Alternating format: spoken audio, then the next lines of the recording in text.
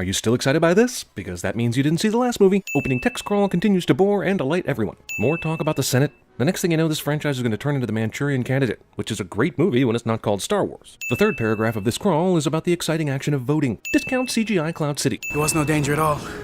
The bomb was timed to explode at the moment of jinxing. I failed you, Senator. Well, you blew up instead of her, so I'd say that's pretty successful. Senator Amidala, please. How does one go from queen to senator? Do you have to renounce your bloodline's claim to the throne? Is senator actually a higher office than queen to this society? I'm so confused. We're keepers of the peace, not soldiers. Did the Jedi luck out with sporadic uprisings until this moment in time? How do they keep the peace with so few of them if there aren't enough to go to war? That's like having a National Guard based in Nebraska with 15 people in it who can go to Florida if need be, but are powerless if anything happens later in Texas. The dark side clouds everything. Let's just go ahead and say it, Yoda is useless as a prophet. Also, how does Palpatine have such amazing control of the dark side of the Force that none of these Jedi can sense it 3 feet away? Impossible to see. The future is. And yet future prophecy bullshit will drive everything we do from here on. Desktop hologram. I think the Count Dooku was behind it. Well, then, if you say so. The Count Dooku was once a Jedi. He couldn't assassinate anyone. It's not in his character. Did these assholes never once run into a Jedi who went to the dark side? Why does everyone fret about training someone like Anakin if that's the case? Sure, Darth Maul said something about revealing ourselves to the Jedi, but I thought he was implying they'd been gone a long time, not that they never existed. He's just returned from a border dispute on Ancion. He and Anakin were able to take care of that border dispute all by themselves. Not only amazing, but not filmed, to show us how that works. I haven't felt you this tense since we fell into that nest of gundarks. That sounds exciting! Let's watch that instead of this. Just like a phone that constantly rings, Jar Jar enters the picture to jangle your nerves. Annie? My goodness, you've grown. But you haven't. Hell, you guys are the same age now. Annie, you'll always be that little boy I knew on Tatooine. So let's have kids together. I hit the ship, but they used a decoy. Why did you wait until the ship was deboarding to hit it? We'll have to try something more subtle this time, Sam. Why? She covered the cameras. I don't think she liked me watching her. Yeah, would anybody? Especially someone who basically led dick first during the introductions a minute ago? You're using her as bait. Why not use another decoy? Why not dress and drag in her bedroom while she sleeps on a nondescript floor of this building? Besides, your senses aren't that attuned to my young apprentice. And yours are. Just how much backtalk has Obi-Wan put up with from this little throughout the years? Because I'm betting it's way too much. Just being around her again is intoxicating.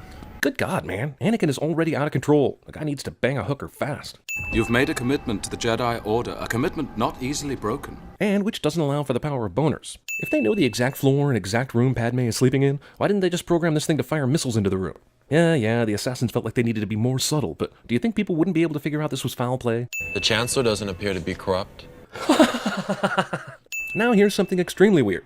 Obi-Wan jumps and crashes through the window like a dick, through blinds and what is probably some tough-ass glass, even if it has a small hole in it. It's amazing it doesn't fall to his death right here. This is something unbecoming of his character, and something Anakin might more likely do since he's a hormone-based horn dog of a Jedi right now. Also, Obi-Wan jumps out of a window to grab onto a probe sent to kill Padme, because he thinks the probe will lead him to the person controlling it? He thinks he can interrogate the probe? Who sent you, probe? You'd also think a subtle device like this might have a self-destruct button in order to evade evidence and capture, but luckily for Obi-Wan, this murder probe is programmed to return to its owner after a failed murder attempt. I've got a gun that can fire with utmost accuracy, but I'll shoot the probe and let gravity decide this. Whoa, wait, what's that? Is that my falling master in the middle of all this craziness? Ex Machina to the rescue! This is the equivalent of thinking that if you jump at the last minute in a falling elevator, you'll be safe. There he is. Obi-Wan finds the assassin, because I guess every question is answered with the Force. But even with that, the assassin decided to fly in the general direction of Obi-Wan's fall just a second ago, even though she was way up high earlier. Geez, how do they survive this shit? The answer is just because. Phew, glad that's over. Time to take off my mask for virtually no reason. I hate it when he does that. You did the exact same thing a minute ago! Do you remember crashing through the glass after a fucking flying probe? Here's the problem. If you're going to explain he survives these things and somehow knows where Zam's ship is just because of the Force, you're gonna have to do a better job of relaying that message. This is some serious bullshit right here. Anakin doesn't pull out his lightsaber and infiltrate or crash this speeder instantly. What? Once Anakin does use his lightsaber, he's terrifically bad at killing speeder pilots with it. This is more unbelievable than Harry finding Peter in the World Unity Festival crowd in Spider-Man, the stupid kid finding Spider-Man's mask in Spider-Man 2, and Peter Parker finding his engagement ring while falling off a building in Spider-Man 3. Also, Obi-Wan conveniently catches Anakin's lightsaber, but then sets it on the passenger seat without care, almost ensuring it will go airborne or otherwise missing during the ensuing aerial chase. Also, I thought Anakin wanted to see where the ship went, where the assassin went, and who she's working for. Instead, he just went right back to let's kill this asshole and doesn't seem the least bit concerned about the other knowledge. This weapon is your life. It really isn't. You can make more. And there are alternatives to fighting, as we learned from somebody else in the earlier trilogy. I forget who. Why do I get the feeling you're going to be the death of me? Not hilarious, overly manipulated foreshadowing. You want to buy some death sticks? What a creative name for a thing. You want to go home and rethink your life? I want to go home and rethink my life. This is the only time Jedi mind tricks ever work. Once with a stormtrooper in the first movie, and with this drug dealer in the 5th movie. Also, during this entire chase, no one is standing at the door to make sure the assassin doesn't walk out. Obi-Wan is drinking, definitely something a fucking Jedi does when hunting somebody down. Oh, now I know why Obi-Wan is drinking, so that there's a callback to the original Star Wars in the Mos Eisley Cantina, and so George Lucas can find an excuse to cut off another limb. Also, why didn't she just shift into her other self for a disguise and simply walk out? Tell us now! They don't even try to Jedi mind trick Zam. They just go the old-fashioned Batman and or Jack Bauer route. It was a bounty hunter called... There's no chance in hell Django knew where anyone was and what time they'd be here. Just go right to hell with that. By the way, he had no problem jumping after probes and defying death in traffic a minute ago to find Zam. But this Django dude, we'll just wait here and hope the dying changeling can tell us some stuff. Toxic dart. It'll probably be the only good shot this guy ever gets off during these movies. What about Senator Amidala? She will still need protecting. Handle that. Your Padawan will. I sensed he cared deeply about his mother and didn't want to train him because of that earlier. But now I can't sense this horny teenager's desire and will make him the primary guard for Amidala. Everything here would look beautiful if it didn't look fake as shit. The boy has exceptional skills. But he still has much to learn, Master. Somehow, between the last movie and this one, Obi-Wan and the Jedi Council have completely reversed their roles on the idea of Anakin as a Jedi. Too sure of themselves they are. Maybe it's that constant fear leads to the dark side tripe you've been preaching this whole time that makes them more confident than they should be. The prophecy is true. Your apprentice is the only one who can bring the Force back into balance. Yeah, about this prophecy. Is there some sort of turmoil going on where the Jedi need the Force to come back into balance? If so, what does Anakin need to do to bring about that balance? Exist? There's absolutely no explanation for this, and it feels like it was put in the script just to sound good. It will be your responsibility to take my place in the Senate. Representative Binks? Well, he certainly is qualified. I haven't worked for a year to defeat the Military Creation Act, to not be here when its fate is decided. Amidala's exposition is as clunky as the opening crawl, which already talked about this vote for which she wants to be present. Funny how after Amidala had the run-in with the autonomous probe the previous night, she's allowed to walk around unobstructed windows to her heart's delight. He's overly critical. He never listens. Where the f*** did this come from? You were just talking about making sure she's safe, and it turned into a diatribe about how life's unfair to you. It's not fair. Padme will not only ignore this childishness, but go on to enter a sexual relationship with this whiny baby. Please don't look at me like that. Why not? Because it feels like you want to f*** me with your lightsaber, you creepy bastard. Sorry, milady. Well, that is f***ing evil and creepy, and now I need a shower. Rose Byrne and Natalie Portman are not my sister wives in this scene. Don't do anything without first consulting either myself or the council. Especially f***ing this queen, you hear? I ain't seen one of these since I was prospecting on Subterrell. You saw these kinds of poison darts when you were prospecting? See, funny little cuts on the side that give it away. Those analysis droids only focus on symbols. Oh, I mean, what? This is a library, right? And it looks like everything is digital, so why the need for large stacks of blue everywhere? The official subtitles here say that R2-D2 gave that cook robot raspberries. What the f***? Or be with the people that I love. You do not love her yet. You haven't even seen her in 10 years. You have a boner. That's it. How does Jedi training not include sex ed?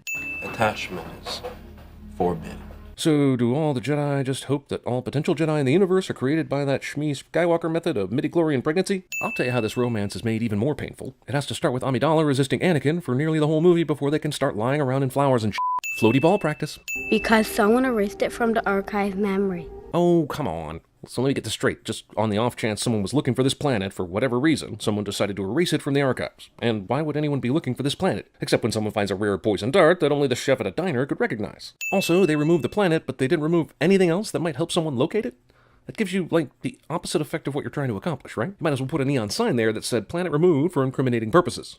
But Master Yoda, who could empty information from the archives? That's impossible, isn't it? Yeah, who could it be? Who has the power around here? I'm gonna blame George W. Bush until we get to the bottom of this. Apparently R2 navigates stairs one by one, very slowly, but can catch up to them no problem even though they never stop. I heard they even tried to amend the Constitution so you could stay in office. She was a queen, though, right? Not an elected official. Or does this planet just elect people and call them queens? The day we stop believing democracy can work is the day we lose it. Let's pray that day never comes. You have a queen in this world, right? Isn't that a monarchy? Or are you like the British monarchy where you have a queen but she has no power? There it is, R4. Yep, the planet we've probably seen for many, many parsecs because it is a huge celestial body in space. I am just now acknowledging that I see it. You will be delighted to hear that we are on schedule. All these people need to know is that Obi-Wan is a Jedi, and they just blab the whole evil plan to him before making sure it's okay to tell him.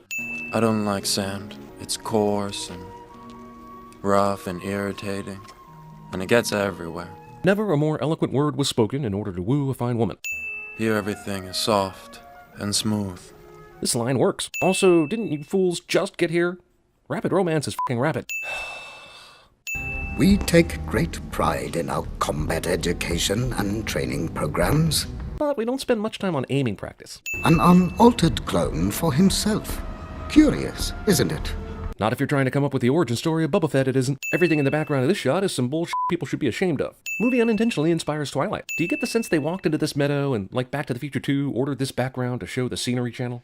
We need a system where the politicians sit down. This romance and politics in the same scene. Skip. Anakin pretends to be hurt more seriously than he is. She falls for it, and movie thinks that's love. Movie misses its chance to insert the lightsaber swishing noise in this scene. No one apparently told Django that a Jedi was coming, because he left his incriminating in the closet completely out in the open for anyone to see.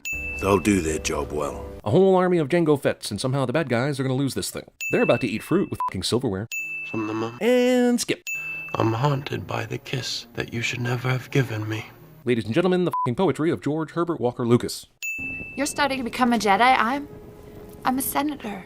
Sex is impossible because senators have senator parts and Jedi have Jedi parts. We could have accepted this love story in Attack of the Clones if we could have seen Anakin doing awesome Jedi shit throughout the movie, and Padme, despite everything in the world telling her not to, decided, you know what, f*** it, I need to go to this Jedi and break off a piece. And the story of Luke and Leia's birth gets told, without all this arguing, pleading, and terrible dialogue trying to make it so. And it would have cut about 20 minutes from the movie. Obi-Wan has to give his report while standing out in the middle of a torrential downpour. Did the Council ever authorize the creation of a clone army? Palpatine came into power about 10 years ago. The Jedi who supposedly ordered a clone army died about 10 years ago. And there's only one guy who has the kind of power to do all this. So, who could it be? Blind we are. If creation of this clone army we could not see. But instead of explaining how that's possible, we dedicated many minutes to Amidala and Anakin not having sex. In other words, these movies tell you a lot about what is happening, but don't tell you the ins and outs of why those things are. And there definitely isn't any ins and outs going on in the bedroom either.